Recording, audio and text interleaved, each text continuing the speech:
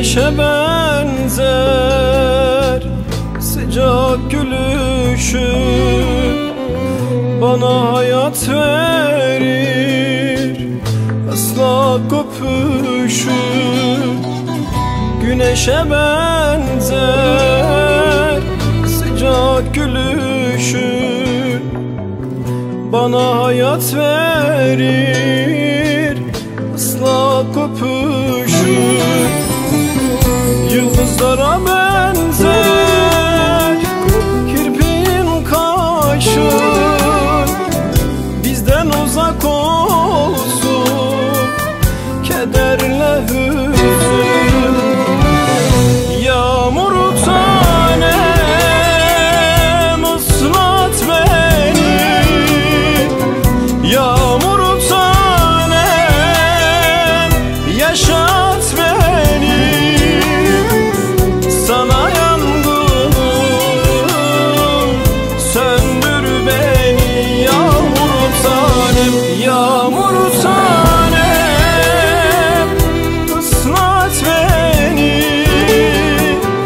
yağmur tanem yaşat beni. Sana yangınım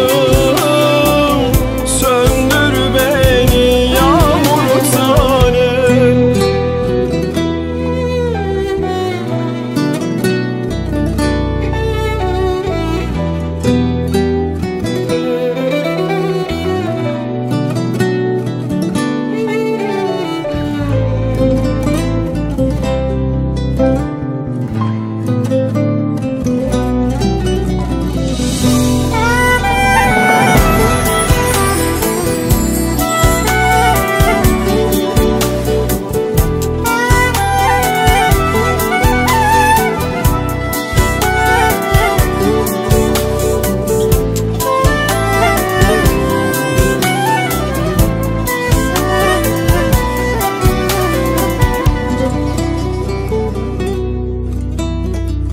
Gökteki ay gibi yüzünün teni, kıskanıyor seni yağmurun sesi.